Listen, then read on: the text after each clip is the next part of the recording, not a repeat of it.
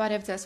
Մեդիա կենտրոնում այսօր տեղի կունենա քննարկում ոստիկանական խոշտանգումներ Լոռիում երիտասարդին ծեծի են ենթարկել խոստովանություն կորզելու համար թեմայով։ Ներկայացնեմ մեր բանախոսներին Շիրազ Գրիգորյան քննչական կոմիտեի խոշտանգումների եւ պաշտոնատար անձանց կողմից բռնություն գործադրելով լիազորությունները չարաշահելու կամ անցնելու հանցագործությունների քննության վարչության պետ Սեդա Ստեփանյան, Մարդու իրավունքների պաշտպանի աշխատակազմի քրեական արդարադատության ոլորտում իրավունքների պաշտպանության վարչության պետի տեղակալ եւ Արթուր Սաքունց, Հելսինկյան քաղաքացիական ասամբլեայի Վանաձորի գրասենյակի ղեկավար իրավապաշտպան։ Բարև ձեզ հարգելի բանախոսներ, շնորհակալ եմ հրավերն ընդունելու համար։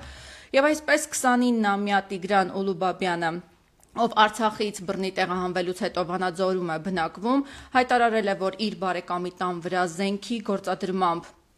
ավազակային հարձակում է տեղի ունեցել, հաջորդ օրն իրեն ոստիկանության Լոռու մարզային վարչություն են հրավիրել բռնություն կիրառել ու ստիպել իր վրա վերցնել մեղքը, թե կապ է ունեցել ավազակային հարձակման հետ։ Տիգրանի այս հայտարարությունից հետո քննչական կոմիտեն քրեական վարույթ է հարուցել, խոշտանգման հոդվածով ոստիկանություն ծառայողական քննություն է սկսել։ Սակայն նշեմ, որ փաստաբանը Ռոման Երիցյանը հայտարարում է, թե քննիչները բաց են թողել խոշտանգման դեպքը բացահայտելու հնարավորությունը։ Պարոն Գրիգորյան, կխնդրեմ ներկայացնեք նախ դեպքը տեղի ունեցել մարտի 14-ին, այս պահին կան արդյոք մեղադրյալներ եւ ընդհանուր առմամբ քննչական ինչ գործողություններ են մինչ այս պահը իրականացվել, խնդրեմ։ Բարձրախոսում միացնեք։ Ըստ էության Տիգրան Ուլուբաբյանը ոստիկանության բաժին է հրավիրվել 2025 թվականի մարտի 14-ին, սակայն ըստ էության Տիգրան Ուլուբաբյանը խոշտանգման վերաբերյալ հանգամանքները նշում է, որ տեղի ունեցել հիմնականում իր ըստ իր ցուցմունքի 2025 թվականի մարտի 15-ին դեպքի հանգամանքների հետ կապված Տիգրան Ուլուբաբյանը 2025 թվականի մարտի 17-ին ժամը 0:48-ին արդեն դիմել է բուժօգնության եւ հայտարարել, որ ոստիկանության ծառայողների կողմից ծեծի է ենթարկվել։ Հետագայում հսկող միջադական վարույթի նկատմամբ հսկողություն իրականացնող դատախազի կողմից առերևույթ հանցանքի մասին հաղորդում է ներկայացվել։ Հաղորդում է ներկայացվել Լոռու մարզային քննչական վարչությունում վարույթի նախաձեռնել քրեական օրենսգրքի 450 հոդվածի 2-րդ մասի 7-րդ կետի հատկանիշներով։ Քննչական կոմիտեի Լոռու մարզային քննչական վարչությունում իրականացվել են անհետաձգելի ապացուցողական եւ այլ վարույթային գործողությունները, մասնավորապես հարձակվել է դժոխք Տիգրան Ուլուբաբյանը, որից հետո նշանակվել է դատաբժշկական փորձականություն, այդ թվում տեղեկատվության պահանջի ուղարկվել ստանալու տեսանկարող սարքի տեսակցություն, որից հետո քրեական վարույթի նյութերը արդեն փոխանցվել են քննչական կոմիտեի ՀԳԳ քննության գլխավոր վարչություն։ ՀԳԳ քննության գլխավոր վարչությունում դեպքի հանգամանքների հետ կապված լրացուցիչ հարձակվել է Տիգրան Ուլուբաբյանը, այդ թվում հարձակվել են վերջինիս հետ ոստիկանության բաժնում առնչություն ունեցող ոստիկանության ծառայողները եւ կատարվել են առերես հարձակություններ, այդ թվում ստացվել են դատաբժշկական փորձագետի եզրակացությունը։ Ներկայումս նաև կատարվել են այլ ապացուցողական վարույթային գործողություններ, սակայն ելնելով այն հանգամանքից, որ նախաքննությունը շարունակվում է, գաղտնիության տեսանկյունից չենք ցանկանում բացահայտել մյուս ապացուցողական եւ այլ վարույթային գործողությունների կատարումը ներկայումս։ Այդուհանդերձ կարող եք նշել, փաստաբանը Ռոման Երիցյանը նշում է, որ Տիգրանը անուններ է հնչեցրել, որն է պատճառը, որ այս պահին չկան ձերբակալվածներ, փաստաբանի հարցադրումն է, խնդրեմ։ Ըստ էության Տիգրան Ուլուբաբյանը մատնանշել է այն անձանց, ովքեր իր նկատմամբ բռնություն են գործադրել, սակայն ըստ էության նախաքննության ներկա փուլում պետք է ձեռք բերվեն Տիգրան Ուլուբաբյանի ցուցմունքը հաստատող այլ ապացույցներ, որոնց համակցությամբ կգնահատվի եւ հիմնավոր կդիտարկվի այդ ոստիկանության համապատասխան ծառայողների կողմից հանցանքի կատարումը, որին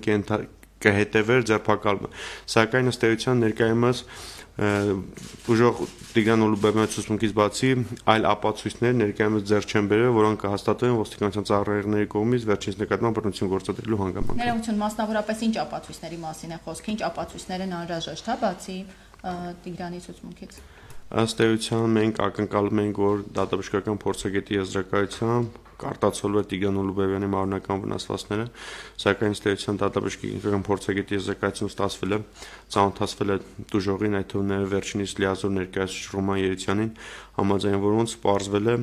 որ դատաբժշկական փորձագետի եզրակացությամբ Տիգրան Ուլուբաբյանի մոտ մարմնական վնասվածքներ չեն հայտնաբերվել։ Սակայն ըստ էության շարունակվում են ակտիվ ապացուցողական այլ վարույթային գործողությունների կատարումը, եւ այն դեպքում եւ ապացույցներ ձեռք կբերվեն բացի Տիգրան Ուլուբաբյանի ցուցմունքից բացի այլ ապացույցներ կձեռք բերվեն, այդ ժամանակ այդ կմտածեինք վարորդական ստուգմանն կդիտարկի համապատասխան ոստիկանության ծառայողներին ձերբակալելու, հետապնդում հարուցելու, ինչպես նաև համապատասխան խափանման միջոցներ կիրառելու նպատակարարության հարցում։ Հատկանշական է այն հանգամանքը, որ Տուգյան Ուլուբեբյանը նշել է ըստ ցուցմունքով, որ ոստիկանության ծառայողները այդ թվում թքել են իր վրա եւ արգրավել են ավելի ճիշտ ներկայացվել է դժողի կողմից իր հակուսները, որի մասով նշանակվել է կենսաբանական փորձաքննություն, բարձելու թե վերջինիս հակուսների վրա արկա են արդյոք թքի հետքեր թե ոչ, եթե այո, ապա նույնականացման ենթակա է թե ոչ, եթե այո, ապա այդ թքի հետքերը պատկանում են համապատասխան ոստիկանության ծառայողներին թե ոչ։ Եվ եւս մեկ հարց քրեական գործի հետ կապված նշվում է, որ դեպքը տեղի ունեցել 14-ին, սակայն քրեական գործը հարուցվել է 4 օր անց, ինչով է պայմանավորում սա, հաշվի առնելով, որ գրեթե սոցիալական ողջ ցանցը, փաստաբանը, այսինքն գուցե հաղորդում այդ օրը չի ներկայացվել, սակայն աղմուկ եղել է, հա, գործի հետ կապված։ Դժոխ Տիգրան Ուլուբեբյանը նշում է, որ իր նկատմամբ առերոտ հանցավորարքը կատարվել է մարտի 14-ին, այդ թվում նաև մարտի 15-ին, սակայն ըստ էության իրավապահ մարմինները քրեական դատավարության ազգի համաձայն վարույթ նախաձեռնելու համար պետք է ունենային պատշաճ հաղորդում։ Սակայն ըստ էության Տիգրան Ուլուբեբյանը հանցագործության մասին որևէ հաղորդում չի ներկայացրել, այլ միայն մարտի 17-ին դիմել է բուժօգնության Վանաձորբժշկական կենտրոնում, որից հետո հաղորդումը իրազեկվել է հաղորդման մասին Վանաձորբժշկական կենտրոնի աշխատակիցների կողմից ոստիկանության համապատասխան աշխատակիցներին եւ այդ նյութերի հիման վրա հսկող միջդատական վարույթի նկատմամբ հսկողություն իրականացնող դատախազը իր լիազորությունների շրջանակներում հանցանքի մասին առերևույթ հանցանքի մասին հաղորդում ներկայացրել։ Ըստ էության Տիգրան Ուլուբեբյանը եթե շուտ ներկայացներ հաղորդումը կամ շուտ դիմեր բուժօգնության, այդ առերևույթ հանցանքի մասին տվյալները շուտ կստացվի իրավապահ մարմնի տեսադաշուն կայացնել եւ շուտ կնախաձեռնել։ Այսինքն ըստ էության վարույթի նախաձեռնման եթե կատարվել ուշացում, ապա ըստ էության իրավապահ մարմինները տեղեկացված չեն եղել այդ մասին, եւ տեղեկացված են եղել մասնավորապես դիմել է բուժօգնության Վանաձորբժշկական կենտրոնում, համապատասխան իրավապահ մարմինների ներկայացուցիչների կողմից միջոցներ ձեռնարկվել սեմ ժամկետների վարույթ նախաձեռնելու կապակցությամբ։ Շատ լավ, Տիկին Ստեփանյան, կխնդրեմ ներկայացնեք մարդու իրավունքների պաշտպանի գրասենյակը ինչ տեղեկություններ ունի այս դեպքի առնչությամբ եւ ինչ քայլեր են ձեռնարկվել, խնդրեմ։ Մարտի 17-ին սոցիալական ցանցերում, այդ թվում Facebook սոցիալական ցանցում հրապարակումը տեսնելուն պես մարդու պաշտպանի աշխատակազմում միանգամից ձեռնարկվել են անհրաժեշտ միջոցներ, այդ թվում գրություն է հասցեագրվել գլխավոր դատախազություն քրեական վարույթ նախաձեռնելու հարցով եւ վարույթի շրջանակում լիարժեք համապատասխան պատշաճ քննություն իրականացնելու մասով հարկ է ընդգծել, որ մարդու իրավունքների պաշտպանը նաև հրապարակային հանդես է եկել, որ շատ մտահոգիչ դեպքեր են գրանցվում, բացի ձեր կողմից մատնանշված դեպքից, դրա նախորդ օրը մարտի 16-ին մեկ այլ դեպքով ահազանգ է ստացվել մարդու իրավունքների պաշտպանի աշխատակազմ, անձին որը գտնվել է ներկապային ձերբակալվածների պահման վայրում, մինչ այդ ոստիկանության ծառայողների կողմից բռնության ենթարկելու մասով նաև մեր աշխատակիցները այց են իրականացրել Տարոնի բաժնի ԾՊՎ եւ այդտեղ հանդիպել են անձի հետ, ինքն էլ մանրամասները ներկայացրել, այդ մասով եւս դատախազություն գրություն է հասցեագրվել, բոլոր նմանատիպ դեպքերում մարդու իրավունքների պաշտպանը, ինչպես նաև այս դեպքերի առնչությամբ միանգամից իր նախաձեռնությամբ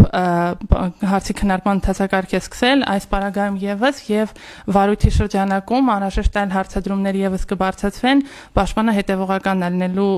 այս վարույթների մասով եւ եթե նկատած կլինեք, պաշտպանը մշտապես բարձրաձայնել է, որ առհասարակ ցանկացած բռնություն անընդունելի է առավել եւս պետական մարմինների ներկայացուցիչների կողմից, այն էլ իրավապահ մարմինների ներկայացուցիչների կողմից, որոնց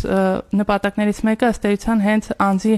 անվտանգությունը եւ իրավունքների երաշխավորումն է։ Բացի այն, որ դուք նշեցիք, հա, մտահոգիչ է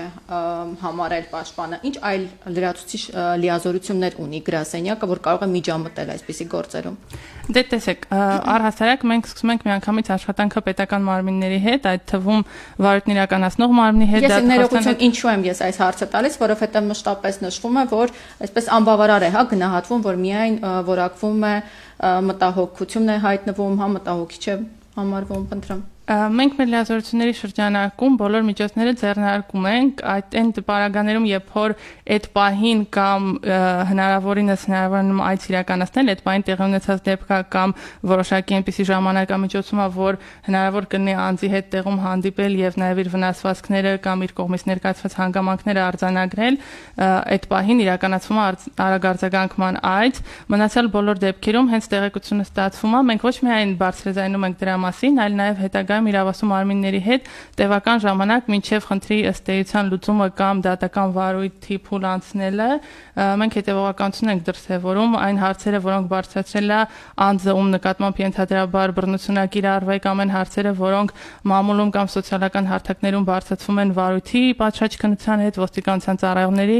գործողությունների հետ կապված, այդ բոլոր հարցերը հասցեավորվում են իրավասու մարմիններին եւ ոչ միայն հասցեավորվում են, այլ նաեւ դրանց պատասխաններից ելնելով լրացուցիչ միջոցներ են ձեռնարկվում, պաշտպանը ոչ միայն ներկայացնում է մշտապես իր մտահոգությունները, այլ նաեւ կոնկրետ թե տարեկան հաղորդման շրջանակներում, թե առանձին գրագրության շրջանակներում այդ խնդիրների լուծման առաջարկներ է ներկայացնում։ Շատ լավ, տարեկան հաղորդումներին եւս կանդրադառնանք իհարկե։ Պարոն Սաքունց, ձեր գնահատականը այս դեպքի առնչությամբ, մասնավորապես իրավապահ մարմինների արձագանքի հետ կապված, ժամանակացույցի մասով, եւ փաստորեն սա ոստիկանության լոռու մարզային վարչությունում այս տարի տեղի ունեցած արդեն 3-րդ դեպքն է, որի մասին է հազանգ է լինում։ Երեքն էլ կարծեք թե ներկայացվում են նույն սցենարով ինքնախոստովանական ցուցմունք կորզելու նպատակ են ունեցել։ Ինչի մասին է վկայում լոռու մարզային ոստիկանության համակարգային խնդիրների, առնչությամբ խնդրեմ։ Շնորհակալություն, ես ասեմ, որ այո, այս տարի փաստորեն դա 3-րդ աղմուկ հանած գործի մասին է խոսքը, որոնք հանրային հնչեղություն են ստացել, որտեղ ես չեմ կարող հիմա պնդել, որ այլ դեպքեր չեն եղել, որոնցից դժվարները, ասենք թե չեն դիմել, ինչպես ասենք Տիգրանի դեպքում, եթե չեն դիմում, նշանակում է, ուրեմն եւ հետեւաբար չեն կել իմանում, այսինքն այս առումով արդյոք այլ դեպքեր չեն եղել, չեն կարող ժխտել, բայց որպեսզի ավելի հասկանալի լինի, ավելի ընկալելի լինի պատկերը, ես ուղղակի թվարկեմ նախորդ 2 դեպքերը, որտեղ նրանցով մենք ենք զբաղվում, մեր կազմակերպությունն է զբաղվում եւ ներգրաված են մեր կազմակերպության փաստաբանները։ 2025 թվականի հունվարի 10-ին առավոտյան ժամը 7:45-ին Վանաձոր քաղաքի բնակիչ Վահան Մկրտչյանի բնակարանն են այցելում 2 քաղաքացիական անձ, որոնք առանց որևէ հիմնավորում ներկայացնելու, առանց ներկայանալու, ասում են, որ զրուցելու հարց կա ոստիկանության բաժնում եւ նրան տեղափոխում են ներքին գործերի նախարարության ոստիկանության լոռու մարզային վարչություն։ Իդեպ մյուս դեպքն էլ Անդրանիկ Առաքելյանի նույնպես տեղի ունեցել մարզային վարչությունում, որ բարձ լինի։ Բայց ի՞նչն է այդ արքիր։ Վահան Մկրտչյանին մենք այցելեցինք, հանդիպեցինք տանը, պարկած էր իր քրոջ ահազանգի իման վրա, քույրը եկել էր գրասենյակ, ներկայացրեց իրավիճակը եւ մենք գնացինք հանդիպեցինք այդ տղայի հետ, իդեպ ասեմ, որ նա նկատմամբ ձերբակալման որոշում է եղել եւ այդ ձերբակալման որոշումը մենք բողոքարկել ենք, մեր փաստաբանները բողոքարկել են դատարան, Լոռու մարզի ընդհանուր իրավասության դատարան եւ դատարանը գտել է, որ ձերբակալումը եղել է ոչ իրավաչափ, այսինքն ձերբակալման մասին որոշումը հիմնավոր չի եղել։ Հիմա հունվարի 10-ին մենք դիմել ենք 2-3 օր հետո, հիմա դա չի գրությամբ։ Այսօր մարտի 25-ն է, չէ, այսինքն մոտ փետրվար 2 ամիս, մոտ 2 ամիս անցել։ Այո, այդ ընթացքում նշանակվել են դատաբժշկական փորձաքննություն, առերեսումներ են եղել եւ այլն, բայց խնդիրը կայանում է նրանում, որ խոշտանգման վերաբերյալ կամ արժանապատվությունը նվաստացնող վերաբերմունքի վերաբերյալ ցանկացած հաղորդում խոշտանգումներից զերծ մնալու բացարձակ իրավունքի պաշտպանության տեսակետից պետության առաջնային պարտավորություն դա բացարձակ իրավունք է եւ անհապաղ ցանկացած հաղորդում եթե եղավ անմիջապես պետք է հետևեն քննչական գործողություններ ինչպիսին են այդ քննչական գործողությունները դե ասեմ ժամանակին կար հատուկ քննչական ծառայության կարծեմ նույնիսկ պետի կողմից էր թե ում կողմից հատուկ ուղեցույց, հա, խոշտանգման գործերը ինչպես պետք է քննություն իրականացվի։ Կա նաև Եվրոպական դատարանի նախադեպային որոշումները, որտեղ ժամանակային գործոնը խոշտանգման կամ արժանապատվությունը նվաստացնող վերաբերմունքի դեպքերով շատ կարևորվում է։ Այստեղ գիտեք, ծեծ անպայման չի որ մարմնական վնասվածք լինի։ Կարող է բռնություն լինի եւ մարմնական հետքեր չթողնի, ասենք դե որոշակի կապտուկներ կան բան, բայց եթե դատաբժշկական փորձակցությունը նշանակում է ավելի ուշ, ապա հետքերը կարող են նաեւ մարել։ Չնայած կոնկրետ Վահան Մկրտչյանի դեպքում տեսնելով որ վիճակը վատ է, շտապ օգնության մեքենայով են ուրեմն կանչում բան, տեղափոխում հիվանդանոց եւ այնտեղ էլի բժիշկները արձանագրում են քերծվածքներ եւ այլն ու իդեպ այդ բժշկական հիմնարկությունից ահազանգի իման վրա են որ գալիս են հետո ենք մենք նաև գրավոր ուրեմն ներկայացում հաղորդում հանցագործության մասին հիմա խոշտանգման գործերով ոչ թե պետքա հիմնավորվի այսինքն ոչ միայն հիմնավոր թե ով է կատարել այլ պետք է հիմնավորվի որ այդպիսի դեպքեր տեղի չեն ունեցել Այսինքն այստեղ մեղավորության կանխավարկածը ի սկզբանե ոչ թե ես դժողոս պետք է հիմնական, ոչ դժողոս դարապես ոչ մի բան չեմ ասում։ Ցուցմունք չեմ տալիս եւ այլն շատ դեպքերում պետք է ձեզ ասեմ, որ խոշտանգման ենթարկված զոհը կարող է ենթարկվել կրկնակի հետապնդման, թե ինչու համար է բողոքում։ Այստեղ խնդիրը վերաբերում է, որ այն նույն ջանասիրությամբ շեշտում եմ, նույն ջանասիրությամբ եւ որ քաղաքացու կողմից կատարվում է հանցավոր գործողություն կամ քաղաքացին մեղադրում է հանցավոր գործողություն կատարելու մեջ քննչական մարմինները որոնք այնքան եւ ոստիկանությունը եւ քննչական մարմինները ջանքեր են գործադրում շուտափույթ հա ապացույցներ հավաքել որի դրսևորումներից մեկը հենց Տիգրան Ուլուբաբյանի կողմից ահազանգն է նույն ջանասիրությունը երբ որ նման ոչ իրավաչափ գործողություններ կատարում ոստիկանության աշխատակիցների կողմից չենք տեսնում։ Հա, այսինքն տեսեք, քաղաքացու կողմից կատարվածի դեպքում եւ որ հանցավոր գործողությունն է, ամեն ժամ գործադրում են ռեսուրսներ եւ այլն, բայց մյուս կողմից եթե պաշտոնատար անձի կողմից է, ապա նույն ջանքերը, նույն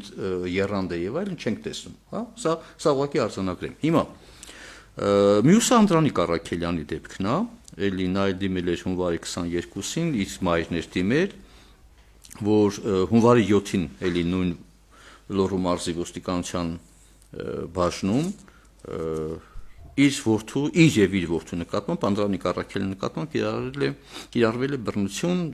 ուղեկցվել են նաեւ զենքի հարվածներով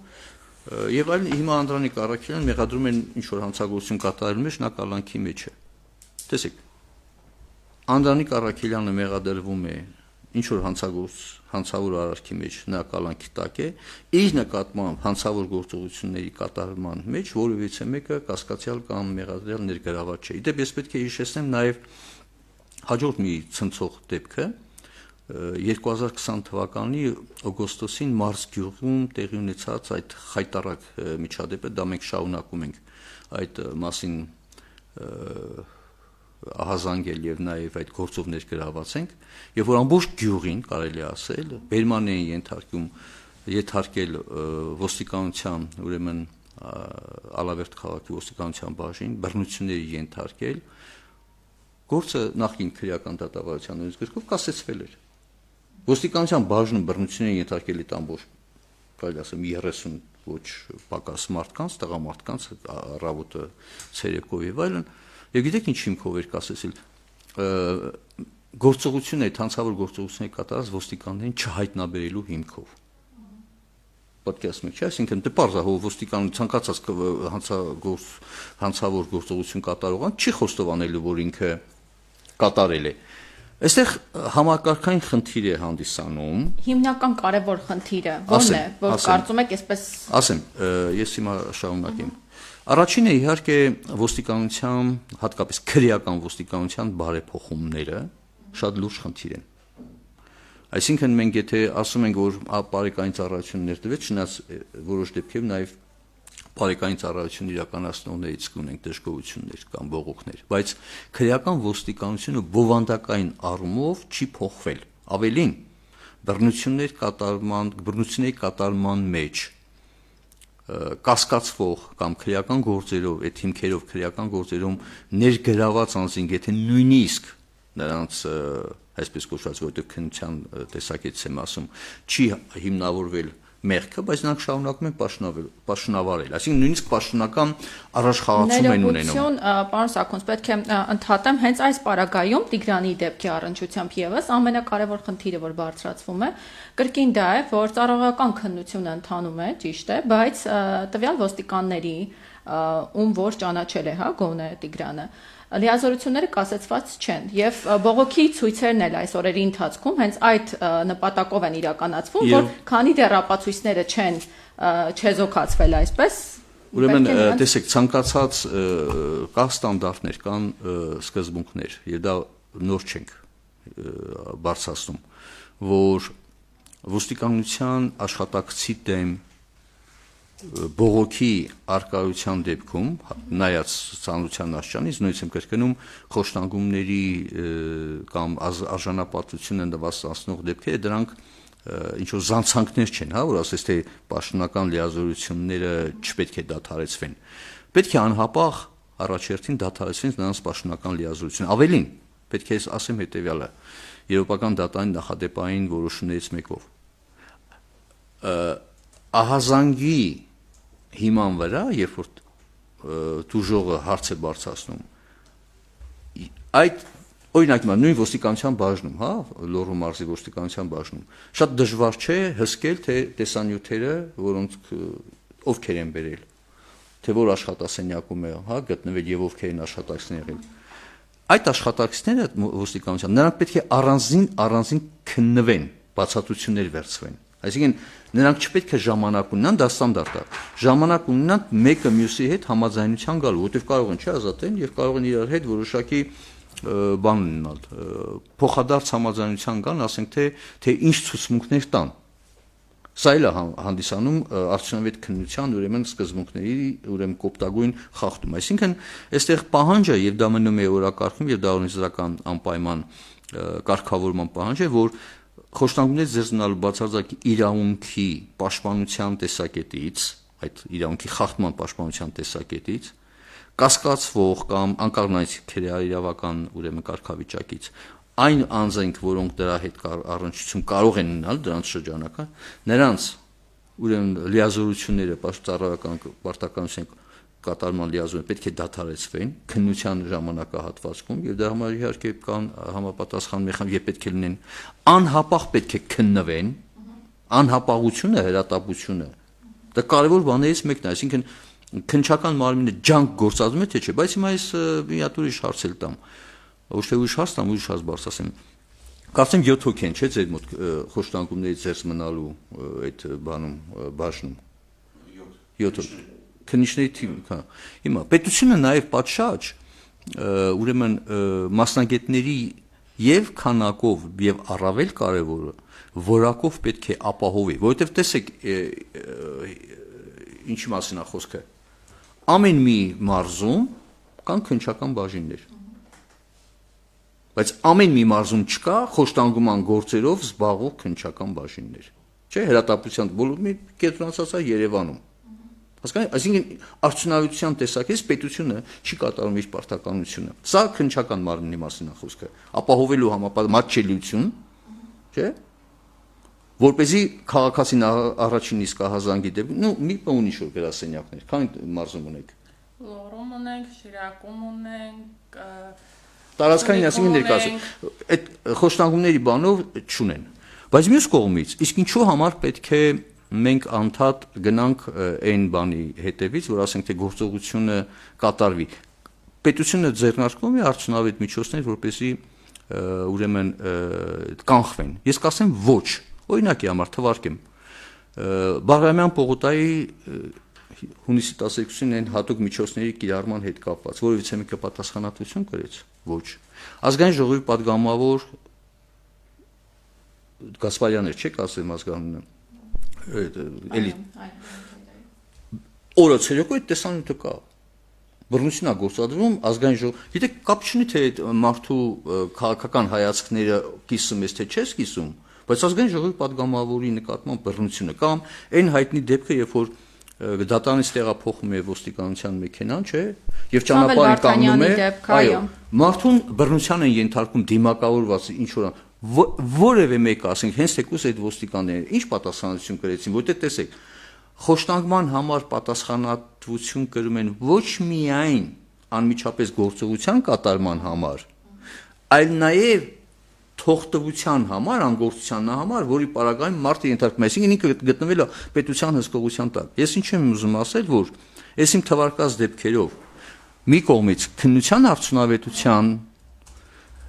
ոչ արդյունավետ քննության անպատժելիության հետևանքով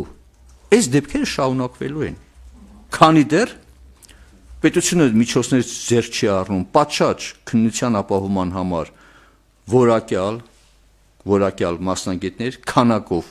անհրաժեշտ մասնագետներ, կանխարգելման ուղղությամբ էլի որակյալ մասնագետներ եւ բարեփոխում ասածը, որը պետք է լինի քրեական ոստիկանության բնագավառում, քանի դեռ չի իրականացվել, մենք ականատես ենք լինելու։ Եվ հատկապես ես մի հատ օրինակ թվական վերջ տվյալները բերեմ, ուրեմն դե մենք դիտարկում ենք քանի տարի, ասենք թե 15 թվականից արդեն 2024 թվականին զանգվածային լատվական միջոցներով մենք հրապարակումներ ուսումնասիրում ենք, վերընկլուծում ամփոփում ենք։ Ում 155 ոստիկանության կողմից մարդու իրավունքների խախտման 155 դեպք արձանագրված։ Իդեպ 2023 թվականին 112 դեպք ա եղել, 2022 թվականին 199, հա։ Այս դեպքերի վերաբերյալ քանի ոստիկան է, նախ քանի ծառայական քննություն է իրական, եւ քանի ոստիկան է պատասխանատվության ենթարկվել, կարգապահական կլի թե քրեական եւ այլն։ Բայց ամենաշատ խախտումը 2024 թվականին այդ 155 դեպքից եղել է հավաքների ուրեմն բողոքի ցույցերի եւ այդ բանի ընթացքում, հա, այսինքն նույնիսկ չնայած ունեցել են 2008 թվականի հայտնի դեպքերը մարտի 1-ի հետ կապված, երբ որ ոստիկանությունը հավաքի մասնակիցների նկատմամբ բռնություն է գործադրում, այն ժամանակ նույնիսկ ԵԱՀԿ-ի ԺՀՄ-ներ հատուկ ուրեմն տվել գնահատականներ 2008 թվականից այս որ թիվն է 2025 թվականը 17 տարի անց դեռևս մեր ոստիկանությունը ազատ հավաքների իրականացման ժամանակ չի տիրապետում այն անհրաժեշտ գործիքակազմին, որպեսզի չխախտվեն մարդու իրավունքները, խաղաղ հավաքի մասնակիցների իրավունքները, այն էլ ես թվարկեցի մի քանի դեպքեր, չէ՞, պատգամավոր էին բանանում։ Այսինքն սա ինչի մասին է վկայում։ Սա նշանակում է, որ որակական, բովանդակային բարեփոխումներն քրեական ոստիկանության հետ կապված դեռևս չի իրականացված եւ այդ առումով լիքը անելիք կա։ Երկրորդը, նույնիսկ եթե խախտումներ են լինում, անպատժելիությունը մնում է, ուրեմն այս քաղաքական նպատակահարմարության, հա, խրախուսված, որտեղ ամենաբարձր մակարդակով հունիսի 12-ին հատուկ միջոցակիր առնում, դեռ քննությունը չի իրականացված քննչական մարմինի կողմից, բարձրաստիճան պաշտոնյաներն ասում են թե ուժի կիրառումը եղել է համաչափ։ Դա ի՞նչ է նշանակում։ Շատ լավ, պարոն Սաքունց, պարոն Գրիգորյան, կխնդրեմ ներկայացնեք նախ իհարկե մասնավոր դեպքից Տիգրանի դեպքի առնչությամբ, քանի որ պարոն Սաքունցն էլ իր խոսքում նշեց, հա, ժամանակացույցը այստեղ անհապաղությունը ինչքան կարևորություն ունի, կխնդրեմ ներկայացնեք այդ անհապաղ հարցաքննությունը որքանով է հրատապ, այո, հարցաքննությունը ոստիկանների արդյոք եղել է, երբ է եղել, եւ նաեւ կխնդրեմ անդրադառնալ դատաբժշկական փորձաքննությանը, երբ է դա տեղի ունեցել, որ նշում եք, օրինակ, որևէ բան չի արձանագրվել, հա, խնդրեմ, միացնեք բարձրախոսը։ Անդրադառնալով համապատասխան քննչական գործողությունների կատարման հրատապությանը, քննչական կոմիտեն հենց որդեգրել այդ քաղաքականությունը, մասնավորապես քննչական կոմիտեում կան ներքին իրավական ակտեր, համաձայն որոնց խոշտանգումներով, մասնավորապես այն դեպքերը, որոնք տեղի չունենում Երևան քաղաքում, այլ տեղի ունենում մարզերում, ի սկզբանե հիշալ քրեական վարույթները նախաձեռնում են տեղում համապատասխան մարզային վարչություններում, սույն դեպքում Լոռի մարզային քննչական վարչությունում։ Տեղում համապատասխան քննչական վարչությունում իրականացվում են անհետաձգելի ապացուցողական վարույթային գործողությունները, որը որ կատարվել է սույն դեպքում Տիգրան Ուլուբաբյանի գործով։ Իսկ հետագայում նոր քրեական վարույթ, երբ որ կատարվում են անհրաժեշտ ապացուցողական եւ այլ վարույթային գործողությունները, հետագա քննությունը շարունակվում է մասնագիտացված վարչությունում, մասնավորապես քննչական կոմիտեի ՀԿԳ քննության վարչությունում։ Սույն դեպքում նույնպես հրատապությունը պահպանվել է, ինչպես եւ մյուս դեպքերում։ Ներողություն, կներեք, տեսեք ինչն է խնդիրը։ Շատ կարևոր հարց բարձրացրեցիք իդեպ։ Շնորհակալություն։ Երբ որ ժամանակին կար հատուկ քննչական ծառայությունը, ինքն էր զբաղվում, ինքը առանձին միավոր էր։ Հատուկ քննչական ծառայությունը զբաղվում էր հենց խոշտանգման գործերով եւ առանձին վարչություն կար։ Արդյունավետության մասին այլ խոսք է, բայց կար ինքնուրույն կառույց առանձին։ Երբ որ խոշտանգման գործով դուք հանձնարարում եք, որ տեղական քննիչները նախնական ցուցմունքներ եւ այլն, խոսքը գնում այն քննիչների մասին, որոնք միաժամանակ նաեւ իրականացնում, չեմ ասում նույն անձի մասին է խոսքը, բայց նույն կառուցվածքային ստորաբաժանումում մի խումբ, ասենք թե քննիչների մի խումբը զբաղվում է այդ նույն Տիգրան Ուլուբաբյանի կողմից ենթադրյալ հանցագործության գողության մեջ կասկածի հարցերով, չէ՞, քննություն։ Եվ այդ նույն բաժնում, նույն կառուցվածքի, նույն ստորաբաժանման ենթակա կառուցում մեկ այլ քննիչ, դրանք գործընկերներ են եւ կոլեգաներ են, այսինքն իրանք ինստիտուցիոնալ առումով նույն կառույցին են։ Նա էլ զբաղվում է այդ նույն քաղաքացու նկատմամբ ոստիկանների կողմից, ուրեմն կատարված ենթադրյալ ապօրինի, կամ արժանապատվություն նվաստացնող դեպքով։ Հիմա քննչական կոմիտեի այդ բաժնի ղեկավարը, տեսեք, մի ձեռքով հանձինս են մյուս քննիչների, այդ նույն ոստիկանների հետ աշխատում է հանցագործության բացահայտման ուղղությամբ։ Այն մյուս քննիչը, որը նույն քննչական կոմիտեի ուրեմն բաժնի ավելի ճիշտ ղեկավարն է, մյուս ձեռքով բացատրություն է վերցնում այդ նույն ոստիկանների կողմից ենթադրյալ ուրեմն գործողության համար։ Այսինքն ի՞նչ է դուրս գալիս։ Այդ ոստիկանները հիմա շարունակում են աշխատել, որտեղ իրանք նաև օպերատիվ հետախուզական միջոցառումներ են իրականացնում, որը բնական է քննիչը որոշում է որոշակի աշխատանքներ եւ այլն, համ համագործակցում է, համ էլ նրանց քննում է։ Սա ինստիտուցիոնալ տեսակետից աբսուրդ է։ Եվ մենք այս հարցը մշտապես ենք բարձրացրել։ Եվ իշխանության կողմից, պետության կողմից 2021 թվականին հատուկ քննչական ծառայության լուծարումը ինստիտուցիոնալ լուրջ խնդրեմ է, եթե չասեմ դա ակնհայտ հետընթաց է, հա, փոխանակ հատուկ քննչական ծառայության ինստիտուցիոնալ կարողությունները, այդ նույն 7 բանն են, չէ՞, ասենք թե քննիչը։ Այնտեղ նույն 7 քննիչը մնաց, բայց ինքը կմնար հատուկ քննչական ծառայություն, առանձին մարմին, առանձին իր ղեկավարով ավելին, նույնիսկ պետք է ուղղեղացնեին ուրեմն օպերատիվ հետախուզական միջոցառումներ իրականացնելու համար անհրաժեշտ ուրեմն եւ աշխատակազմով եւ գործիքակազմով, սրա մասին է խոսքը։ Այնպես որ մենք ստեղ ունենք լուրջ խնդիր, հակասություն, շահերի բախում ակնհայտ։ Պարոն Գրիգորյան, կխնդրեմ ձեր արձագանքը եւ նաեւ պարոն Սաքունցն էլ նշեց, մենք էլ տեղյակ ենք միայն 2024 թվականին քանի խոշտանգման դեպք է տեղի ունեցել, դրանից առաջ էլ կրկին խոշտանգման դեպքերը եղել են ու հիմնական խնդիրը նրանում է, որ փաստաբանները արձանագրում են, որ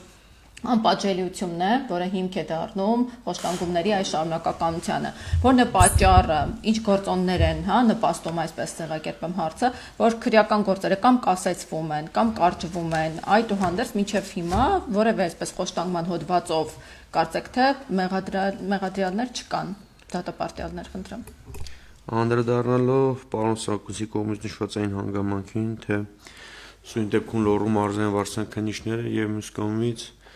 ՆԳՆ ոստիկանության ծառայողները մի կողմից միասին համատեղ ջանքերով զբաղվում են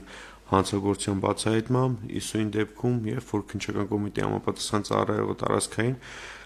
ոստիկանության ծառայողների կողմից առիթ հանցանքի վերաբերյալ քրեական վարույթ է իրականացնում, որոշակի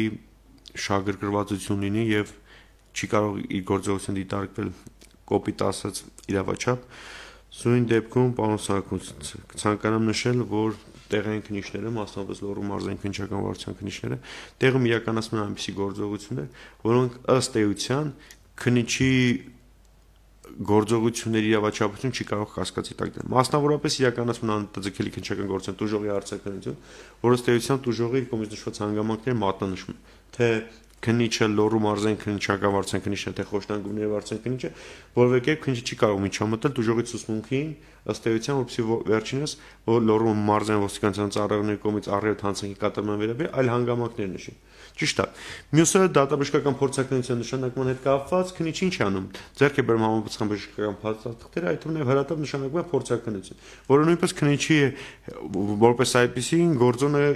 ազդեցությունը որևէ նշանակություն չունի։ Մյուս գործողությունը հրատապության տեսանականով սարքի տեսակցության վերաբերյալ տեղեկատվության պահանջ ուղարկելը։ Սույն դեպքում այդ բոլոր անհետաձգելի գործողության կատարումը, որը իրականացնում են տեղային քննիչները, գտնում են, որ այնպիսի գործողությունների կատարում չի, որը կարող է կասկածի տակ դրվել լոռու մարզային, այդ թվում մյուս մարզային ստորաբաժանումների քննիչների օբյեկտիվությունը։ Հիմա ես քանի որ ես ելնում եմ փաստերի ման վրա Վահան Մկրտչյանի ձերբակալելու վերաբերյալ որոշումը կայացվել է ու այդ որոշումը դատարանի կողմից ճանաչվել է ոչ իրավաչափ։ Դրա իրավական հասկանալի չէ, ասենք մարդուն բերել են ձերբակալման որոշում են կայացել առանց հիմքերի, որտեղ դատարանը ճանաչել է, որ հիմքեր չկա, ու չի բողոքարկվել։ Այդ անհիմն ձերբակալման մասին որոշումով է կայացնում։ Նայած որ ռեժիմով է։ Հիմնավոր անմիջական կասկածանքի հիմքով հետաքննության մարմինը, եթե դատարան ներկայացնելու հիմքով քննիչը ձերբակալման մասին դատարան պետք չի։ Ձերբակալումով է կայացնում։ Իրականացնում ձերբակալման որոշում կարող վարույթ իրականացնող քննիչի իրականացնի հանձնարարի հետաքննության։ Հիմա տվյալ դեպքում ոստիկանները, չէ՞, ինքը ձերբակալման որոշում են կայացնում, հանձնում են քննիչին։ Թե քննիչն է կայացնում ձերբակալում, Պարոն Սարգսյան, երեք ռեժիմ ունենք ձերբակալում։ Okay, հիմա ունենք քննիչ եւ հետաքննության մարմին, չեմ հասկանում դուք նկատի ունեք որ ռեժիմի։ Ես ռեժիմով չէ, ես ուզում եմ ասեմ, այս մարդուն ձերբակալել են անհիմն, դատարանը գտել է որ անհիմն է։ Այսինքն սա ինքնին արդեն վկայում է ոստիկանության աշխատակիցների կողմից կամ իրավապահ մարմնի հենց ընդհանուր ասեմ, կանխամտածված գործողության մասին, որ հատուկ ուզեցել են այս մարդուն ճնշեն, այսինքն ճնշման մասին է, որտեղ եթե իրավաչափությունը արդեն դատարանը չեղարկել է, դա նշանակում միտում է եղել։ Այդ միտման համար որևիցե մեկը պատասխանատվություն կրել, այսինքն ձերբակալման մասին որոշում կայացրած անձը, որը ձերբակալել է, ձերբակալման մասին որոշում է կայացրել, այդ թուղթը ստորագրել։ Այդ թուղթը ստորագրողը պետք է պատասխանատվության ենթարկվի, որտեղ դատարանի կողմից ճանաչվել է ոչ իրավաչափ, մարդուն անազատության մեջ պահելու կամ դրան ուղղված գործողությունը ճանաչվել է ոչ օրինաչափ։ Այս հարցը քննչական մարմնի կողմից իրավական գնահատական չի ստացել։ Սրա մասին է խոսքը։ Դատարանի լոռու մարզի, այսինքն նույն դատարանի կողմից ճանաչվել է այդ գործողությունը ոչ իրավաչափ։ Այն մարդու նկատմամբ, որին ուզեցել են ստիպել են, որպեսզի նա խոստովանական ցուցմունք կատարի։ Այսինքն սա գործողության այդ սկզբից մինչև գործողության մի մասն է, որին տրված է արդեն ունենք իրավական գնահատականը, ոչ թե փաստաբանն է ասում, թե իրավաչափ չի, ոչ թե ընդհանրենք այդտեղ քննվում է, թե քննիչը պետք է հարցաքննի, որ իրավաչափ է, թե իրավաչափ չի։ Կա դատարանի օրինական ուժի մեջ մտած որոշում, որ ձերբակալումը եղել է անհիմն, իրավաչափ չի եղել։ Դրա հետևանքով պատասխանատվություն կրող անձ կա, թե չկա, կամ ինչ պատասխանատվության ենթարկվում, սրա մասին է խոսքը։ Ես հիմա չեմ էլ ասում, գիտեք ինչ որ անպայման չի բանը, իմիջած էլ ասեմ, խոշտանգման բանը կարող է լինել եւ ֆիզիկական բռնություններով, եւ հոգեբանական շատ բավական լուրջ, եւ դա սովորաբար պետք է բացի դատաբժշկականից նշանակվի նաեւ դատահոգեբանական։ Ու դատահոգեբանական փորձաքննության ժամանակ այդ ապրումները, որում ունեցել է մարդը ինչքանով է օբյեկտիվ, որտեղ իրապես յութանին մարդը ասում է թե ինձ ճնշել են, թքել են, հա, նվաստացնելու հանգամանքը հոգեբանական փորձաքննությամբ արձանագրվող, բացահայտվող խնդիր է, ոչ թե դատաբժշկականը մենակ կարող վնասվածքներ, չնայած դա հրատապությունը շատ կարևոր, այսինքն օրինակի համար հիմա տալիս է, ասենք թե միջնորդությունը դատաբժշկական փորձաքննություն ասնելու տուժողին, ենթադրյալ տուժողին, չէ՞, Կարող է ժամը 5-ին տա։ Դու բարձր դատաբժիշկ այդ պահին չկա։ Բարձր, չէ՞ ինչ եմ ասում, այդ բանը տեխնոլոգիաները։ Դատաբժիշկը այդ ժամը չկա, հաջորդ օրն է անգնում։ Եթե այդ էլ եղավ որ փաթ օրը, կարող է ընտանիք էլ շաբաթ օրը, շաբաթ կիրակի ես չգիտեմ աշխատում է թե չէ։ Դուք ասում եք բացատրություն։ Գիտեք, պարոն Գրիգորյան, իմ պրակտիկայում քանի անգամ որ ես եղել եմ խոշտանգման կամ արժանապատվությունը նվաստացնող վերաբերմունքի դեպքերով դուժողի որպես ներկայացուցիչ առաջ կարի ինչպես մեզ զրկեցիք, այսինքն դուք չէ էլի պետությունը զրկեց փաստաբանական լիցենզիա չունեցողներին, նախկին դուժողի ներկայացուցիչ կարող էր լինել կամ իրավաճորտի ներկայացուցիչ յուրաքանչյուրանց, հա, մենք քանի մասնակցել եմ, գիտեք ինչքան ջանքեր էր պահանջում այդ հարցաքննությունների բացատրությունների ժամանակ, որպեսզի արձանագրվի այդ բացատրության մեջ մանրամասնություններ, որը քննիչը, եթե ես այդտեղ չլինեմ, չի արձանագրում։ Գիտեք ինչի համար, շատ ընդհանրական հարց էր, այսինքն դեպի խելքը կհասնի, մանրամասնությունը կներկայացնի, խելքը չի հասնի, դուք դուժողը բռնության եթարկված դուժողի վիճակը այդ ամեն ինչը մտաբերելու կամ բան, հա, շատ դժվար է։ Քննիչը, ես ասում եմ ջանքեր գործը, քննիչը շահագրգռված չի ոստիկանության կողմից, աշխատակցի կողմից, քաղաքացու նկատմամբ բռնության, արժանապատվությունը նվաստացնող դեպքերի հիմնավորման վերաբերյալ ջանքեր գործադրելու շահագրգռված չի։ Ինքը չի մանրամասն հարցաքննում, մանրամասն հարցեր տալիս երևույթ ամբողջությամբ բանանելու։ Նույնիսկ եմ գրում, սա այն պրակտիկայից եմ ասում։ Անկամ նույնիսկ հատուկ քննչական ծառայության ժամանակ։ Որտեղ այս բանը սենց է, հա, այս բանը չես հիշում, հա դե լավ։ Դա ի՞նչն է պատճառը, վերապատրաստումներ են թե։ Ես ասեմ, ես հիմա խոսում եմ այնպիսի քննիչների մասին, որ երկար տարիների փորձ ունեն։ Շահագրգռվածության բացակայությունը պատասխանատվության չի ենթարկելու ոստիկանության աշխատակցի կողմից քաղաքացու նկատմամբ արժանապատվություն նվաստացնող դեպքերի տեսակետից։ Ես ասում եմ հստակ որպես օրինաչափություն, որտեղ գիտեք, չէ՞ շատ ոնց կարելի է հարցաքննություն անցկացնել։ Կարելի է շատ մակերեսին կամ խորքային, կարելի է տրամադրել, որ մարդը ճշմարտությունն ասի։ Ինքը զգա, որ իրապես որպես դուժող այդ քննիչի կողմից ընկալվում է որպես դուժող, ոչ թե այն տեսակետից դուժող, որ այլ քաղաքացու կողմից դուժող, այլ հենց ոստիկանության կողմից դուժող։ Այդ շահագրգռվածությունը ինձ տարբեր է։ Պարոն Սաքոս, դա ինչի մասին է խոսում, շահագրգռվածության բացակայությունը Ես ասում եմ, եվրոպական դատարանը հենց այդպես ասում, գնահատում է պետության կողմից ոչ պատշաճ ջանքերի գործադրումը,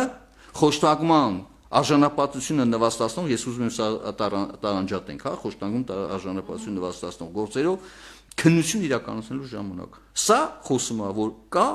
այսպես ասեմ, տարբերակված մոտեցում, որ սանում է կայանում անպատժելիության էությունը։ Շահագրգիչ է մարդը հիմա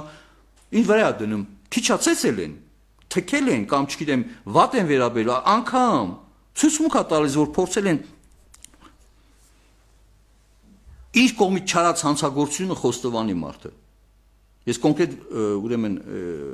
ամենացայտուն ես հիմա այս բանը որտեղ զբաղվում Վահան Մկրտչյանի բանով, հա։ Դա կրկին նույն սցենարն է, նույնն է ոստիկանները, պարոն Գրիգորյան, այդ որոնք ոստիկանները, որոնք ենթադրյալ անցնում են այս բռնության գործով, իրանք գործողությունից ազատ են։ Եվ այդ մարդուն կարան, չէ՞, ես վարկած կարամ առաջադրեմ, դուք չեք կարա հերքեք։ Կարան միջնորդներ կամ անդադ հետևել, օպերատիվ հետախուզական աշխատանքներ չեն իրականացում։ Գիտեք, ես այդ չեմ կարող անդադ այդ հետևեմ, թե բանը Պողոսի մեքենայով, թե Կիրակոսի մեքենայով ինձ հետևում են եւ բարձա չէ ինչ որ մի հատ տարբերակ բռնեն, որ ինձ նեղը գցեն, ասենք բողոքից հրաժարվեմ։ Համոզիչ աշխատանքներ այսպես կոչված արտաքննչական գործողությունների միջոցով առաջինը չի, երկրորդը չի։ Ես ասում եմ ձեզ առնվազն ես իմ մի 15 տարվա, եթե ոչ 20 տարվա բանը իրավապաշտպան մեր պրակտիկայից ելնելով եմ ասում։ Այս սա համակարգային հարցեր են եւ այստեղ է որ ցանկացած գիտեք ես մի բան էլ ասեմ արժանապատվությունը ընդհանրապես մարդու իրավունքների խախտման գործերով լավագույն օբյեկտիվ այսինքն լավագույն տարբերակը երբ որ օբյեկտիվ բազմակողմանի լրիվ քննության միջոցով հիմնավորվում է խախտման արկայությունը կամ հերկվում է խախտման արկայությունը եթե սա չկա մանիպուլյացիաները միշտ էլ լինելու են։ Այս գիտակցումը, որ ոչ թե ելնել ըստ այն հանգամանքից, թե ոստիկանության կողմից է, նույնիսկ քաղաքացիների կողմից է, եթե հանցագործություն է կատարվում, էլի բռնությամբ ապօրինի մեթոդներով չի կարելի հանցավոր գործողությունը հիմնավորել։ Սա շատ կարևոր բան եմ ես ասում։ Շատ լավ, պարոն Գրիգորյան, խնդրեմ արձագանքեք։ Փորձեմ արձագանքեմ, որ հարցին չարձագանքեմ, ասեք, փորձեմ լրացուցիչ վիճակագրական տվյալները, այդ թվում նաև ձեր կողմից է բարձրացված այն հարցը, թե արկային խոշտանգման, այդ թվում նաև 441 հոդվածի երկրորդ մասի առաջ կետով պաշտոնական լիազորությունների անցնելը բռնության գործադրմամբ եւ վիճակագրական տվյալները նայում ենք նախաձեռնված վարույթներ, կարճված պասիվ վարույթներ, դատանուղարկված վարույթներ, իրականում դատանուղարկված վարույթների քանակը քիչ է, սակայն դա ունի օբյեկտիվ պատճառաբանություն։ Օբյեկտիվ պատճառաբանությունը կայանում է հետեւյալում, ինչը օրինակ հատկանշանական է բարեկային ծառայողների կողմից առերևույթ իրականացվող քրեական վարույթներով։ Ինչ է կատարում։ Դժողի սկզբանե հաղորդում ներկայացնում այն մասին, որ ոստիկանության բարեկային ծառայողները շատ կոպիտ բիրտ ուժ են գործադրել, բռնություն են գործադրել, դիտավորությամբ հարվածներ են հասցրել ու նկարագրում են շատ պատկերավոր կերպով ձեռքերը ոտքերով հարվածներ են հասցնում։ Հետագա քննության ընթացքում, երբ որ նախաձեռնման վարույթ ստացվում տեսանկյունով սարքերի տեսագրությունները բարեկային ծառայողների, ինչա պարզվում ոստիկանության ծառայողները գործադրում են ոստիկանության մասնորենքով, այդ թվում նաև իրավական ակտերով նախատեսված իրավաչափ ֆիզիկական ուժ։ Եվ մեծ թվով են կազմում այդպիսի քրեական վարույթներ, որովհետեւ պայմանը երբ որ տեսանկյունով սարքի տեսագրություն ստանում ենք եւ լրացուցիչ հարցաքննություն ենք իրականացնում դժողների, արդեն դժողները հետեւյալ պատճառաբանություն են նշում, որ գործադրվել է իրենց նկատմամբ ֆիզիկական իրավաչափ ուժ, սակայն իրենք չեն գիտակցել։ Պարոն Սարգսյանը նման գործեր վարույթներ եղել է նաև երբ որ ձեր գրասենյակի համապատասխան փաստաբաններն են ներկայացված եղել։ Ունենք մի շարք խոշտանգման գործեր հետեւյալ պատկերով, որ անձիկ տալիս են խոստովանական ցուցմունքներ, գործուղարկում է դատարան, արդեն իսկ երբ որ պաշտպանի փաստաբանը հետ խորհրդակցում են, հասկանում են, որ մեծապես գնահատում են, որ իրենց դատապարտումը հավանական է, այս դեպքերում ինչ է մնում, հիշալապացույցը իրավաչափությանը վիճարկելու համար հաղորդում են տալի, որ 2-3 տարի առաջ իրենց նկատմամբ կիրառվել է խոշտանգում։ Այդ թվում նաև մի շարք այլ դեպքեր։ Ձեր կողմից բարձրացվեց այն հարցը, թե առերևույթ այն ոստիկանության ծառայողները, ովքեր մեղսագրվում են առերևույթ հանցանքների կատարման համար, կասկածվում են, ինչու չիրականացնում պաշտոնավորման կասեցում։ Քրեադատավարական գործիքակազմի կիրառմամբ գիտենք բոլորս, որ պիտի հանրային քրեական հետապնդում հարուցված լինի ոստիկանության ծառայողների նկատմամբ, որպեսզի կիրառվի խափանման միջոցներ։ Ինչ վերաբերում է թե ոստիկանության ծառայողները ոստիկանության վերադասության կարգով, ինչու կարգապահական վարույթի շրջանակներում չի կասեցում։ Այ ունենք իրավիճակ, երբ օրինակը բերենք Լոռում, եւ որ ստանում են կահազանգեր, նաեւ ցույց դեպքում Տիգրան Ուլուբաբյանի գործը։ Տիգրան Ուլուբաբյանը նշում է, որ 7-8 ոստիկանության ծառայող հարվածներ են հասցրել։ Առաջնորդվենք ձեր կողմից մատնանշած սկզբունքով։ 7-8 ծառայողի լիազորություն կասեցվեց։ Հետո հաջորդ օրը եկավ Անդրանիկ Ալոքյանը, Վահան Մկրտչյանը նշեց, որ 5 հոգի են բռնություն գործադրել։ Այդ լիազորությունները բոլորը կասեցվում են, ոստիկանության քրեական ոստիկանությունը մնում է առանց քրեական ոստիկանների եւ կատարվում է բազմաթիվ հանցագործություններ, որոնք չի բացահայտվում։ Եթե մենք ի սկզբանե քրեական վարույթի շրջանակներում, եթե մենք գնահատում ենք ի սկզբանե անձի ցուցմունք, դրան համարժեք այլ ապացույցների առկայություն։ Ցույց դեպքում, եթե մենք օրինակ ուշադիր ուսումնասիրում ենք Տիգրան Ուլուբաբյանի ցուցմունքը, որ 2 ժամ 7-8 ոստիկանության ծառայող ոտքերով ձեռքերով հարվածներ են հասցրել։ Մեր համար առնվազն ակնհայտ է դառնում, որ Տիգրան Ուլուբաբյանի մոտ պետք է լինի բազմաթիվ մարմնական վնասվածքներ։ Սակայն դրան հակառակ, երբ որ ստացվող փորձագետի եզրակացությունը համաձայն, որ մարմնական վնասվածքներ չեն հայտնվել, նման պայմաններում մենք իրավասու չենք, այսինքն մեր կողմից եթե միջոցներ ձեռնարկել ոստիկանության ծառայողների պաշտոնավորման կասեցումը ոչ նույնիսկ քրեադատավարական գործիքակազմի կիրառմամբ, այլ կարգապահական վարույթի շրջանակներում, թեկուզ եթե են կասեցված լինի այլ ոստիկանության վերադասության կարգով, սույն դեպքում մեր համար մենք չենք գտնի որպես իրավաչափ համարժեք ուժի գործադրում ներգործություն ոստիկանության ծառայողների նկատմամբ, քանի որ հակառակ պարագայում մենք գործ կունենանք, որ Լոռու մարզում կկատարվի բազմաթիվ հարձակումներ, այդ թվում զենքի գործադրմամբ ավազակություն եւ այդ քրեական ոստիկանների լիազորությունը կասված լինի եւ չեն կարող զբաղվել իրենց առաքելությամբ։ Պարոն Գրիգորյան, կներեք, տեսեք, նորից ահազանգի դեպքում քննչական գործողությունների հերատապությունը հենց նշանակություն դրանում է կայանում։ X օրը X ժամին եկավ ահազանգը, ասենք բժշկական հիմնարկի կողմից քաղաքացին եկել է բժշկական օգնության դիմել կամ քաղաքացին եկել է քննչական մարմին դիմել, ասա ինձ ծեծել են այս բաժնում։ Դա նշանակում է անհապաղ հաղորդման հիմնավորը, մանավանդ նոր քրդատով քրեական հետապնդման սկսումը, չէ, վարույթ հարուցել եւ հերատապությունը ինչու՞մ է պայմանավորված։ Քննիչը պետք է պարզի այն անձանց շրջանակը, օրինակ, եթե ասում է 7-8 հոգի, եթե այդ բաժնում 7-8 հոգի են, դա նշանակում է ինքը իրապես կներեք, դա կարող է գուցե քննչական խումբ է պետք, որտեղ կարող է մի քննիչը չհասցնի ֆիզիկապես, բայց ինքը պետք է արդեն այս ոստիկաններից բացատրություններ վերցնի, ով այդ ժամանակահատվածում որտեղ է գտնվել, ինչով է զբաղվել, այսինքն տվյալներ հավաքի, դուժողից տվյալներ հավաքի, հիշում է որ սենյակն է մտել, ինչ ա եղել, այսինքն ես նկատում եմ ձեր ասած շրջանակը, ոչ թե ավտոմատ է որոշում, որ դե 7-8 հոգի եղել են, դե 7-8 հոգին էլ միանգամից լիազորությունների կասեցումը իրականացվում է այն անձանց նկատմամբ, որոնց կողմից տրված բացատրությունները հավաստի չեն, վստահելի չեն, ընդհանրական են, գիտեք, որ շատ դեպքերում դե այստեղ եմ եղել ու դա ստուգվում է մեկ այլ ոստիկանի հետ առանձին քննության միջոցով։ Պողոսը, լեյտենանտ Պողոսը գտնվել է իր ասելու էս ինչ տեղը։ Ես այդ հերատապության տեսակետից էս եմ ասում, այսինքն այդ խնդիրը, որ դուք ասում եք կարող է բաժինը մնա առանց աշխատակցի, ինքը խնդիրը լուծվում է հերատապության միջոցով։ Մնում են տակին, այսպես կոչված, այն ամենակասկածելիները, որոնց ուղղությամբ պետք է քննությունը իրականացվի։ Ու միանգամից նաև առերեսումները արվի։ Դուժողի, այսինքն, եթե հա դու բարձա միանգամից դուժողի ասելով ընդհանրեն Պողոսը Կիրակոսևան չնայած անունները շատ դեպքերում չեն հիշում,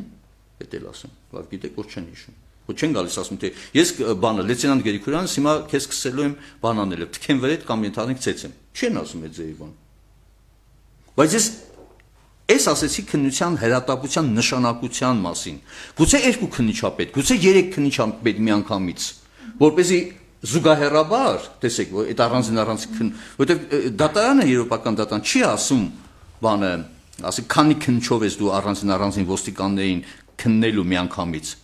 Ուզում ես 10, ուզում ես 1, եթե մեկը կարա միաժամանակ, բարձր մեկը մի հոգի չի կարա։ Առնվազն 3 հոգի քննիչ պետք է կանչեն այն մեկին միանգամից ստեղ, այն մյուսին առանձին, իմի բերեն հավաքվեն, դա քննչական տեխնոլոգիա է, ես չպետք է որ ասեմ։ Ու համադրելով ասեն թե ում ցուցմունքներն է որ չի համապատասխանում մեկ այլ ցուցմունքների հետ ու արդեն առերեսման հաջող, այսինքն հերատապություն սա մեջին է։ Բայց ես նույնիսկ կրկնեմ, պարոն Գուրքյան, ով է ձերբակալման որոշումը կայացրել, որը դատարանի կողմից ճանաչվել է ոչ իրավաչափ, եւ դա պատասխանատվություն կրել է թե չէ։ Վահան Մկրտչյանի գործով եմ ես ասում, շատ կոնկրետ։ Կարող է այս բանը ասեք թե ես այդ գործով չեմ զբաղվում։ Չնայած այդքան շատ չէ, ասենք 7-8 հոգու հաստատ գործը եթե աշխատանք ընդունել եք, զեկուցում են, չի ասենք թե որ գործով ինչ քննության ընթացքա գնամ։ Հիմա ով է այս ձերբակալման որոշումը կայացել, որը դատարանի կողմից ճանաչվել է ոչ իրավաչափ, եւ նա պատասխանատվության ենթարկվել է քննչական մարմնի կողմից, որ անձի որը հայտնում է իր նկատմամբ վատ վերաբերմունքի դեպքի մասին, նրա նկատմամբ կիրառվել է ոչ իրավաչափ գործողություն։ Այդ բացահայտվել է այդ անձը, թղթի վրա կա, չէ՞ անունազգանունը, եւ դա պատասխանատվության ենթարկվել է, թե չէ։ Ես ընդհանրապես մի էլեմենտ եմ ասում, մի մտածեք, որ ես ինչ-որ հատուկ ինչ-որ գիտեք մի հատ, չէ, բայց սա շատ ֆունդամենտալ նշանակություն ունի քննության որակի գնահատման տեսակետից, վատ վերաբերմունքի դեպքերով։ Այդ մասով պարոն Սախունց, ես նոր եմ պաշտոնավորում, մեկ ամիս երևի թե չկա, ես դատախազում տեղափոխվել 294 վարույթ ունենք, ես վարույթի հանգամանքները դետալային կերպով չգիտեմ, չեմ տիրապետում, բայց կասեմ հետեւյալը, դեռևս որ անձի կողմից կատարվել է ձերբակալման որոշումը ոչ իրավաչափ դատարանի կողմից ճանաչվել, ես ցանոթ չեմ դատարանի որոշումը, չեմ կարող ասել օրինական ուժի մեջ մտել է, թե նույն դատական ակտը կարող է դատախազի կողմից բողոքարկվել է վերաքննիչ վճռաբերության կարգով, արդեն բեկանվել է, բայց նույնիսկ եթե բեկանված չլինի, օրինական ուժի մեջ մտած դատական ակտ լինի, այդ տեսեք, իրականում պրակտիկայում շատ է հնարավոր, շատ է իրականում լինում, որ դատանը ոչ իրավաչափ է ճանաչում ձերբակալում։ Այդ ձերբակալումը ոչ իրավաչափ ճանաչելը ըստ էության տարբեր պատճառաբանությունով կարող է լինի, մասնավորապես կարող է լինի, որ հետաքննության մարմնի կամ եթե ձերբակալման որոշումը կայացրել քննիչը, այս դեպքում տեխնիկական ձերբակալման հիմքը այլ հիմք նշած լինի կամ ձերբակալման նպատակը տեխնիկական վրիպակով այլ նշած լինի եւ դատարանի կողմից իրավունքի խախտում արձանագրված լինի, բայց դատարանի կողմից ձերբակալումը ոչ իրավաչափ ճանաչելը կապել ոստիկանության ծառայողի կամ քննիչի կողմից առերեւտ հանցանքի կատարման իմ կարծիքով ճիշտ չի պարոն Սահակոց, եթե միանշանակ այս գործի հանգամանքներին չեմ դիմադրում, հա։ Մենք տեսական հարց ենք քննարկում։ Անձին բերման են ենթարկել X գործողության կատարման մեջ,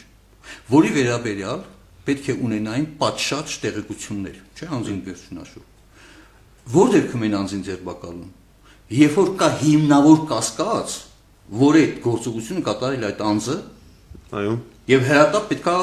նրան առանձնացնել, չէ՞, ձերբակալման, որտեղ կարող է փախչի, խուսափի եւ այլն եւ այլն։ 72 ժամվա ընթացքում, երբ որ բավարար ապացույցներ ձեռք բերեն, նոր կալանքի խափան միջոցի հարցը դնեն։ Հիմա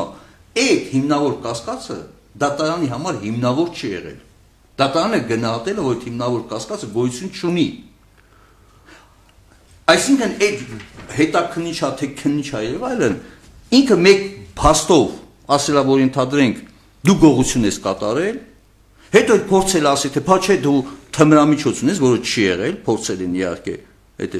ու դա չեն կարողացել ներկայացնել, չեն կարողացել դատանում հիմնավոր թե ինչի հիմա այն մարդու նկատմամբ ձերբակալման որոշում կայացել։ Սա առանցքային նշանակություն ունի, որը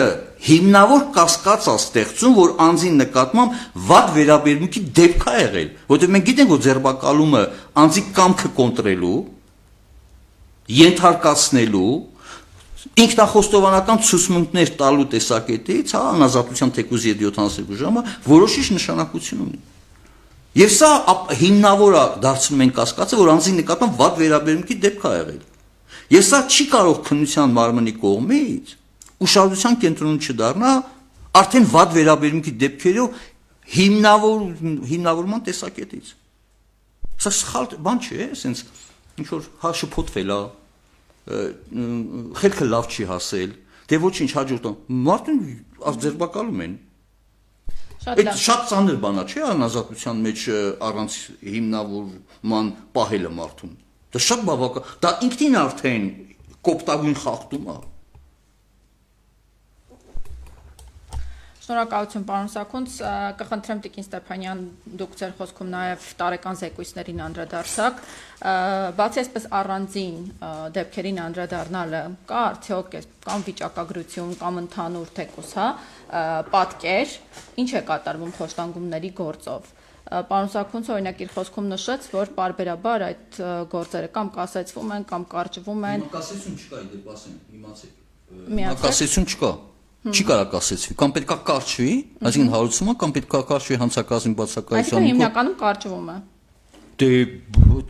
կամ է շարունակվում է, չգիտես, 20 թվականից մինչև հիմա քանի տարի է։ Կամ երկար է տևում։ 5 տարի է։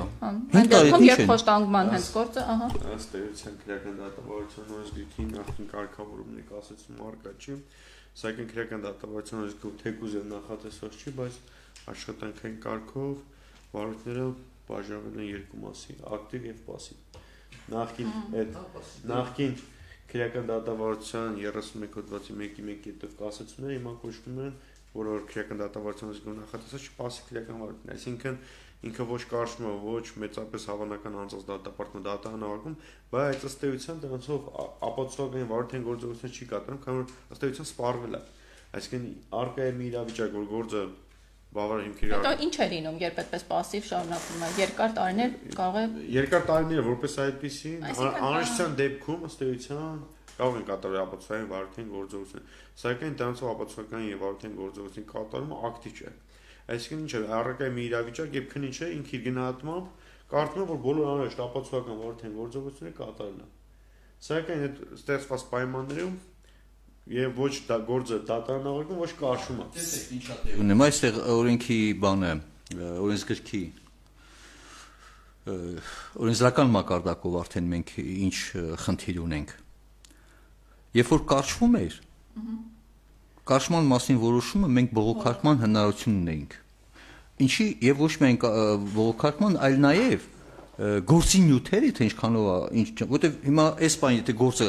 այսպես կոչված пассив վիճակում է, ես գործի նյութերին ծանոթանալու հնարավորություն չունեմ, նախաքննության գաղտնիքով է պաշտպանված։ Իմ ցուցմունքները ես գիտեմ, առերեսումները կարամ ծանոթանամ, բայց թե այն ենթադրյալ գործողություններ կատարած իմ նկատմամբ նրանց ցուցմունքները ես չեմ կարող ծանոթանալ։ Այսինքն ես զրկվում եմ արդյունավետ դատական արդյունավետ դատական պաշտպանության հնարավորությունից։ Սա շատ կարևոր անկա։ Դատական վերահսկողությունը ընդհանրապես այս բանով ընդհանրապես զորացում։ Եվ այստեղ պետությունը հերթական անգամ տեսեք, հիմա դատարաններում լրջորեն խնդիր է, չէ՞, ողջամիտ ժամկետում գործերի քննության։ Ողջամիտ ժամկետում գործերի քննության խնդիրը տեղափոխվել արդեն քննչական մարմնի վրա։ Որտեղ ես չեմ կարող 10 տարի սպասեմ, թե ինձ խոշտանգում։ Եվ դա ստիպված եմ ես դիմել ուր։ Թույլ տակ, ասեք։ Պարոն Սաքմոս, ձեր իրավունքները չեն խախտում երբևիցե, ըստ էության, եթե այն բարույթը Պակաս արդեն ձեր իրավունքները բողոքարկման առումով ոչ Հա, չէ, բայց ներողություն, ես գործի նյութերին պետք է ծանոթանամ, չէ։ Ծանոթանում եք, բայց ոչ թե կարճման ռեժիմով, այլ ինչ է ենթադրում։ Գործը չի կարճում, այս դրան նախորդում հանրային քրեական հետապնդում չհարուցելու մասին որոշումը եւ քրեական դատավարության 196 հոդվածի կարգով դուք բոլոր նյութերը ձեզ հասանելի է։ Այսինքն, այս դեպքում եթե չի կարճում, դրան նախորդող քրեադատավարական որոշման կայացում նախորդող հանրային քրեական հետապնդում չհարուցման դեպքում դուք ծանոթանում եք նյութերին եւ ձեր բողոքարկման իրավունքը իրացնում եք։ Այսինքն, մինչ պասիվացումը նախորդում է հանրային քրեական հետապնդում չհարուցելու որոշում կայացնում։ Պետությունը բոլոր միջոցները ձեռնարկել է այդ կապակցությամբ։ Այդուհանդերձ ողջամիտ ժամկետ, պարոն Սաքմոս, կարծում եք շատ կարճ ժամանակացույց պետք է լինի, որովհետեւ հարցը բավական լուրջ հարց է։ Ես նոր իմ անում, այդ օրենքով է սահմանված пассивը։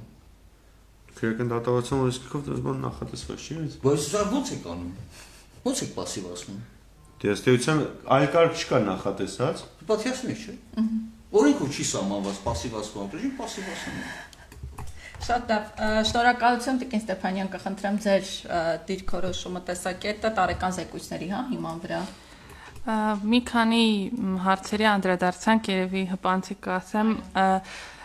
այո, միանշանակ խոշտանգումը կամ վատ վերաբերմունքի դրսևորումները չեն սահմանափակվում միայն ֆիզիկական բռնությամբ, թեկուզ այն դեպքի վերաբերյալ, որ մենք խոսում ենք, նաև տեղեկություններ ստացվել, որ հետագայում այդ տեղեկությունները սոցիալական ցանցում տարածվելուց հետո անձի հետ կապ են հաստատել, փորձել են հորդորել այդ հարցը չբարձրացնել եւ միանշանակ ճիշտ նշվեց, որ այդ բոլոր հանգամանքները պետք է քննարկման առարկա դարձվեն։ Եվ միանշանակ է, որ պետության պարտավորությունն է թե կանխարգելման տեսանկյունից, թե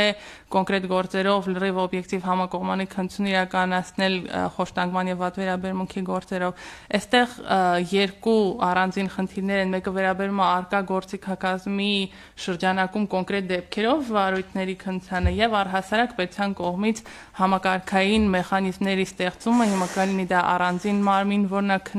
քննելու այդ նմանատիպ գործերը, թե այդ մարմնում առանձնացված ստորաբաժանում կամ մարզային ստորաբաժանումներ եւ այդ բոլոր հարցերը քննարկման առարկա պետք է դարձվեն։ Ինչը վերաբերում է կոնկրետ գործողությունների չիրականացմանը, վարույթով, հա, կասեցվել, չկասեցվելուն, այդ մասով մենք էլ եւս ստանում ենք առանձին բողոքներ տուժողներից մասնավորապես, որ գործողություն չի իրականացվում եւ ինչպես նշեց մեր գործընկերը, քրեական դատավարության օրենսգիրքը նախատեսում է բողոքարկման մեխանիզմ, այդ թվում վարույթն իրականացնող մարմնի անգործության վերաբերյալ, թեև մենք ըստ էության վարույթի ուղղակի մասնակից չենք, բայց մենք էլ նման դեպքերում վարույթն իրականացնող մարմնի հետ կամ դատախազության հետ եւս համակարգային աշխատանք ենք սկսում իրականացնել, թե գրագրությունով, թե բանավոր քննարկումներով, որոշ դեպքերում, եթե օբյեկտիվ ինչ-որ գործողություններ կատարվելու, որը չէր արվում, որոշակի շարժ է նկատվում։ Ձեզ հիմա կոնկրետ թվային տվյալներ, թե նախորդ տարի եւ այս տարի քանի խոշտանգման վարույթը չեմ կարող ասել, այս պահին մոտս նման թվային տվյալներ չկան, բայց միևնույն ժամանակ այս պահին մտաբերում եմ մի գործ, որով վարույթը կարճվել էր, մեկով հանրային քրեական հետապնդում չհարուցելու մասին որոշում կայացվում էր, որը բողոքարկման փուլում էր գտնվում։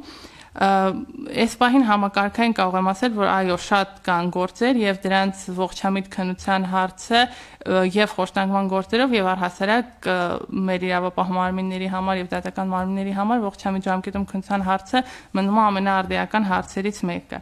Ինչը վերաբերում է ոստիկանության ծառայողների գործողություններին, թե հավաքների ժամանակ, թե սոցիալական ցանցերում տարածվող տեղեկության մասով, այս մասով եւս առանձին գրություններ են հաստատվել, թե տարեկան հաղորդման շրջանակներում, թե առանձին դեպքերով ոստիկանության ծառայողների գործողությունների կասեցման մասով խոսք բացեց, եթե ծառայողական քննություն է իրականացվում եւ ծառայողական քննությանը զուգահեռ նախաձեռնվել է քրեական վարույթ, քանի դեռ քրեական վարույթը ընթացքում է, ծառայողական քննությունը կասեցվում է եւ այդ շրջանակում եւս կարգավորումների մասով որոշակի խնդիր կա այդ կասեցված ծառայողական քննության շրջանակում ինչ միջոցներ ոստիկանության ծառայողների նկատմամբ կարող են կիրառվել։ Այնուամենայնիվ մենք նաև հարցադրումներ ենք բարձրացնում ոստիկանության ծառայողների վերապատրաստման մասով նախորդ տարիներին եւ մարդու իրավունքների պաշտպան անձամբ քննարկումներ էր նախաձեռնում եւ մեր աշխատողները ուսուցողական որոշակի շրջանակներում իրավապահ մարմինների ծառայողների համար, քրեակատարողական հիմնարկների ծառայողների համար փորձում ենք մաքսիմալ ներգրաված լինենք։ Ստացվում են տվյալներ որոշակի բարեփոխումների մասին, անցկացվող դասընթացների մասին, այս մասով պետք է նկատել, որ ոստիկանության ներքին գործերի նախարարության կողմից որոշակի միջոցներ ձեռնարկվում են, բայց ստացված բողոքների ահազանգների քանակը թե հավաքների ընթացքում, թե կոնկրետ դեպքերով բողոքներով մտահոգիչ է եւ այս մասով հարկ է արձանագրել, որ բարեփոխումների եւ հետագա համակարգային աշխատանքի արդիականությունը մնում է մնալ բարձր։ Շնորհակալ եմ, եթե կան դրացումներ, չկան։ Շնորհակալ եմ հարգելի բանախոսներ, հիշեցնեմ մեդիա կենտրոնում տեղի ունեցավ քննարկում ոստիկանական խոշտանգումներ Լոռիում երիտասարդին ծեծի են ենթարկել խոստովանություն կորզելու համար թեմայով։ Մեր բանախոսներն էին Շիրազ Գրիգորյանը քննչական կոմիտեի խոշտանգումների եւ պաշտոնատար անձանց կողմից բռնություն գործադրելով լիազորությունները չարաշահելու կամ անցնելու հանցագործությունների քննության վարչության պետ, Սեդա Ստեփանյանը մարդու իրավունքների պաշտպանի աշխատակազմի քրեական արդարադատության ոլորտում իրավունքների պաշտպանության վարչության պետի տեղակալ եւ Արթուր Սաքունցը Հելսինկյան քաղաքացիական ասամբլեայի Վանաձորի գրասենյակի ղեկավար իրավապաշտպան։ Շնորհակալ եմ, հաջողություն։